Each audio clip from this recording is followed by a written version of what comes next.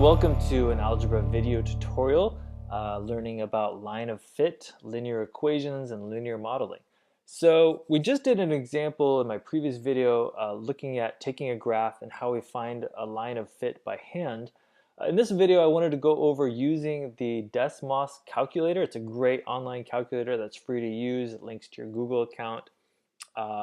And talking about how we can put in data and actually find a line of fit, letting the computer do all the work for us and actually finding a much better fit. So there's a lot of programming that goes on behind the scenes, uses a lot of statistical linear regression stuff, and is going to be a better linear equation than the one that we come up with by hand. So I'm using the same gold medal data.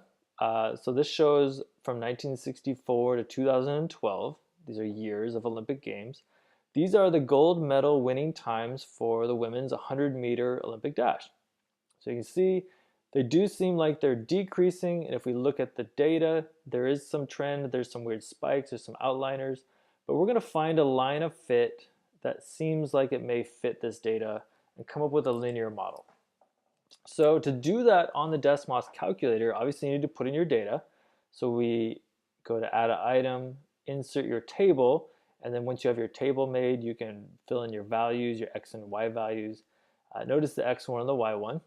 But once we have that set, we can also change whether our graph, if I click on the edit list, I can change whether I want it to be a line, whether to include the line in the points, or in our case, we're just going to do just the points. All right, but we have our data table in there, our table of values, we plotted them. Now here's how to find your line of fit and letting Desmos calculator do all the work. So you need to go in, we need to start entering in a new equation.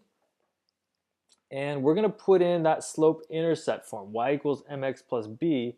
We want to find an equation that fits that format. So since our table uses y1 and x1, we need to use y1 and x1 in our equation, and then it'll draw the information from that table. So we're going to have y1, so type y1 is equal to, notice it's telling you, okay, we got 12 elements in that list, is equal to, we're going to put m for slope, times x1, so I'm going to type m and then just x1. It'll recognize its multiplication.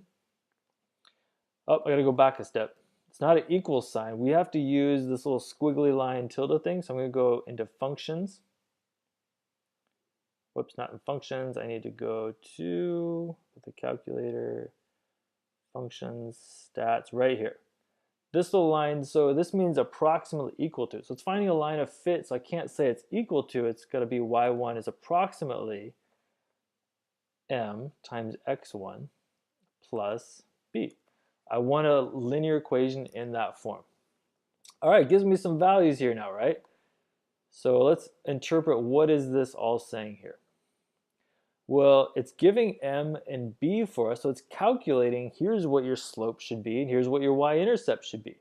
So under the slope for m, it looks like it's telling us it's negative 0.0092235. That's the average rate of change that the calculator, or the computer here in this case, is calculating based off all the points and using some statistical regression. Notice in our previous one that we did by hand, we came up with negative 0.008 and estimated that as our slope. So it's reasonably close. But there's the slope of the line. You can see that it drew even the line for us going to the points. Lastly, it gives us our y-intercept of 29.27. So if I wanted to write an equation, I would have y equals negative 0.0092235x plus 29.272. There we go.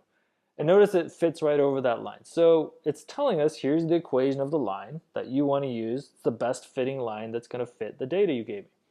So we've got a linear equation. I'm going to close that out because it gets kind of messy there. What are these other things going on here? So the residuals, it's telling me, well, how far away from my line is the actual data? So if we look here, 11.4, this point right here, it's pretty far above. It's higher than what the line is actually telling me. So it's telling me it's 0.2428 above the line. So it doesn't fit that particular point really well. A point that does fit really nicely is this one right here, right? In the year 1984. So if I look at 1984, the y value from my data actually fits the y value from my line really nicely. That's negative 0.0026. That's practically the same value. So the residuals just tell you for each specific point how close is it or not close is it to the line. So residuals are helpful to have, and that kind of gets into some more statistic stuff right there. The last thing we're given here is some statistics for r squared and r. This is just telling you the correlation. It's telling you, based on your data, how well does it fit a line. So that r squared is important.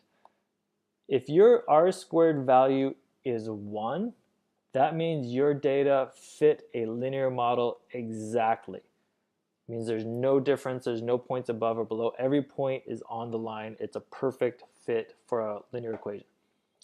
If your data is -1, it's a perfect fit, but it's a negative correlation, so it would be decreasing in terms of my value for r here.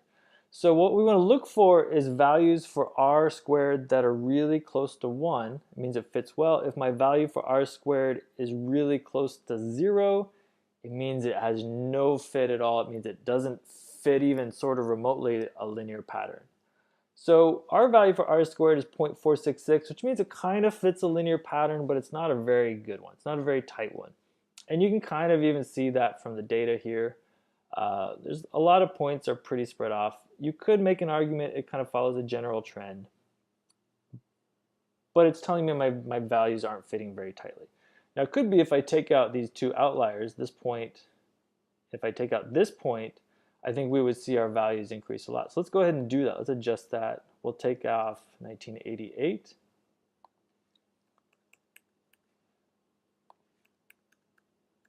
So there we go. We took that point out. And now let's take out the very first one here, 1964. So we removed our outliers. And now let's see how well our r-squareds fit. It's a lot better. It's at 0.728. So it's saying it's still not a perfect fit, but it's a much better fit. It's a lot closer to our value for 1. So that's kind of a little bit of line of fit, getting to some linear regression, letting your computer do a lot of the math crunching. But it's really important for you as the algebra student to understand, well, what are you seeing? What are you interpreting? What statistics and numbers are given to me? How can I use this line of fit in an intelligent way? So using the Desmos calculator, I can put in my table of data. I can tell it to find an equation in this form, and then I can interpret it. It'll give me the values for the equation for the slope and the y-intercept, and it'll tell me some information about how well my line fits the data.